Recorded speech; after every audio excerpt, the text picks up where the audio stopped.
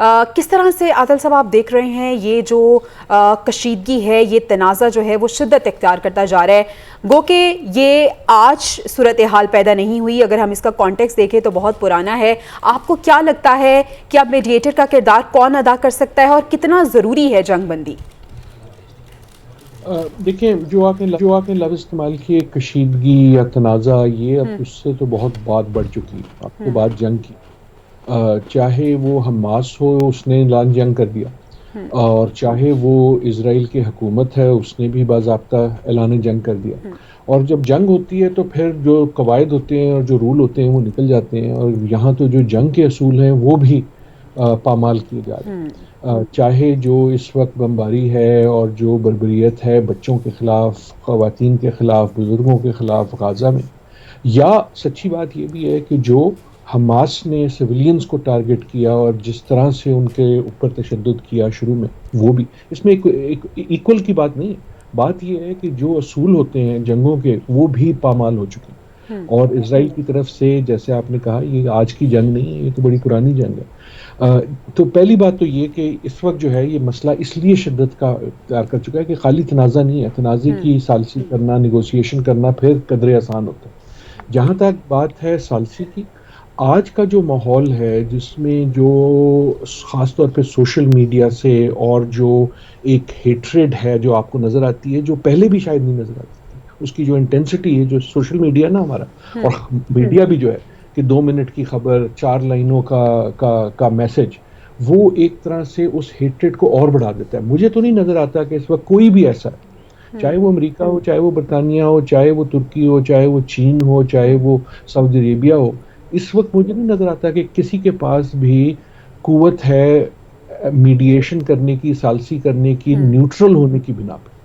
अगर कोई बिना हो सकती है वो ताकत हो सकती है कि अमेरिका कह के जी मैं जो हूँ इसराइल पे कोई प्रेशर डाल सकता हूँ, या बाकी अरब ममालिक पे प्रेशर डाल सकता हूँ, या मैं कोई बेनिफिट दे सकता हूँ फ़लस्तीनियों को। उस बेसिस पे अगर कोई सालसी हो सके तो हो सके, लेकिन इस वक्त बहुत मुश्किल नज़र आता है। एक तरह से नज़र ये आता है कि इसराइल ने फैसला कर लिया है कि जनाब हमने फाइनल सोल्यूशन ढूंढना है और इनको तहस नहस कर दो, और वो उसी किस्म की बात कर रहे हैं, तहस नहस कर दो। हाँ जी। दूसरी तरफ हमें हमास से नज़र आती है एक डेस्परेशन कि कोई भी हरबा, कोई भी कीमत, उस पे जो है अब हमारे पास और कोई ऑप्शन नहीं रहा। तो यकीनन ये तशवीशनाक से बहुत आगे बात जा चुकी है। आदिल साहब, इससे पहले इसराइल ने कहा था कि जो फ़लस्तीनी शहरी हैं वो मिस्र के रास्ते इनकलाब भी कर सकते हैं, जिस तरह से हम बात कर रहे थे कि वो तो तहस नहस करने के दर पे है, लेकिन अब मिस्र ने भी रफ़ा क्रॉसिंग बंद कर दी है, और जिस तरह से हम बात कर रहे हैं कि जो जंगी ज़ाब्ता अखलाक है उसकी भी खिलाफ वर्जी हो रही है। सूरत हाल आपको कहाँ पर जाती नज़र आ रही है? ये किसी अच्छी जगह जाती नज़र नहीं आ रही, और शायद फ़रीक़ैन ख़ुसूसन इज़राइल चाहता है कि अच्छी जगह ना जाए। ये कहना कि जी आप यहाँ से चले जाएँ, चले जाके कहाँ जाएँ यार? बिल्कुल। आपने एक बनाया हुआ है एक ओपन एयर प्रिजन, जो उसको आप खुद कहते हैं कि ओपन एयर प्रिजन, जिसको यूनाइटेड नेशन के सेक्रेटरी जनरल कहते हैं कि ये हेल ऑन अर्थ है, दोज़ख है दुनिया में। उसके एक तरफ समंदर है, समंदर में कूद जाए, दूसरी तरफ इज़राइल ने दीवारें खड़ी हुई हैं, वहां भी नहीं जा सकते। तीसरी तरफ आपका मिस्र है, मिस्र ने बहुत पहले से वो बंद किया हुआ। तो इन अ वे ये तो जो है ना, लोगों को लेके एक तरह से एक कन्फाइंड उसमें, और उसके ऊपर बमबारी और तहस नहस, बिल्डिंग्स बिल्कुल रेस कर देना। तो ये मेरे ख्याल में जो इज़राइल कह रहा है कि जनाब आप इधर चले जाएं, उधर चले जाएं, इसमें दम नहीं नजर आता। अगर कोई वैसे इसमें सियासी बात है तो वो ये है कि पिछले खुसूसन 2-3 दिनों में, लेकिन जब बात शुरू हुई तो हमने जो दुनिया का रिएक्शन, वेस्ट का खुसूसन देखा, वो रिएक्शन था उन तस्वीरों का जो हमास के अटैक से आई, कि एक कॉन्सर्ट हो रहा है और वहां लोगों पे जो है वो उन पे तशद्दुद है वगैरह वगैरह। अब जो ताल्लुक है, अब जो तस्वीरें आ रही हैं, अब जो हकीकत है, वो तो उस बमबारी की है जो गजा पे हो रही, और इजराइल के जो उसके साथ भी खड़े थे, जो अगर कोई हमदर्दी करते भी थे उस सिविलियन अटैक पे, उनके लिए मुश्किल होता जा रहा है ये जस्टिफाई करना कि एक जेनोसाइडल किस्म का अटैक, एक पूरी कौम को जो है वो नीज तो नाबूद कर देना। देखें 2 मिलियन लोग हैं इसके अंदर, उन 2 मिलियन में से तकरीबन 1 मिलियन जो हैं वो बच्चे हैं। बिल्कुल ऐसे ही। उसके ऊपर ये तसव्वुर कर लेना। देखें इजराइल की पोजीशन क्या है, पोजीशन ये है कि हर फलस्तीनी जो है वो हमास।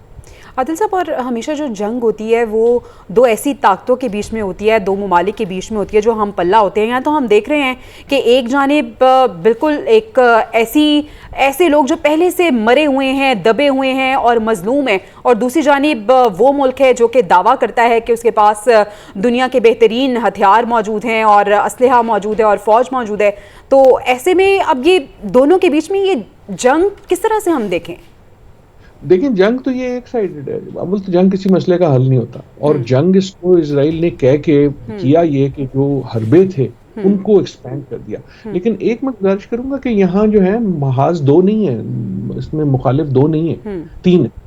देखिए, एक तरफ है इजराइल की, या शायद चार भी हो, एक तरफ है इजराइल की हुकूमत या स्टेट, और खुसूसन नेतन्याहू साहब और उनके साथी जो बड़े वाज़े तौर पे ऐलान कर चुके हैं कि उनका प्रेफर्ड सोल्यूशन जो है वो एनिहिलेशन। दूसरी तरफ जो इसकी, जब हम जंग की बात करते हैं तो हमास है।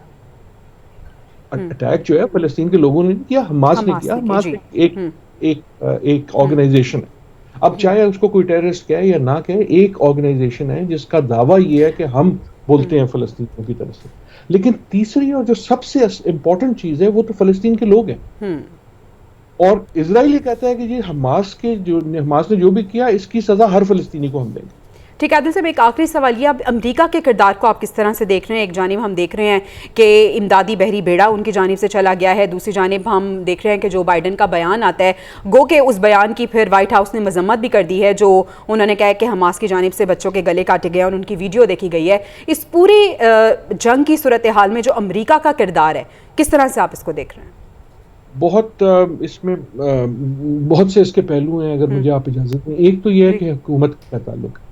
हुकूमत अगेन बहुत से मुल्कों की तरह अमेरिका भी जो है उसकी अपनी अंदर की भी सियासत है ना, और जो हम रिएक्शन देख रहे हैं वो सियासत से भी उसका ताल्लुक है, खुसूसन ये कि एक इलेक्शन होने वाली है। तो हमें उसमें जो नजर आता है कि हुकूमत जो है वो पहले से भी कहीं ज्यादा, एक प्रो इजराइल तो होना अलग बात है, लेकिन pro Netanyahu, pro attack, pro Israel तो अमेरिका हमेशा है, ठीक है, मुल्कों की होती हैं, दोस्तियां होती हैं, ताल्लुकात होते हैं।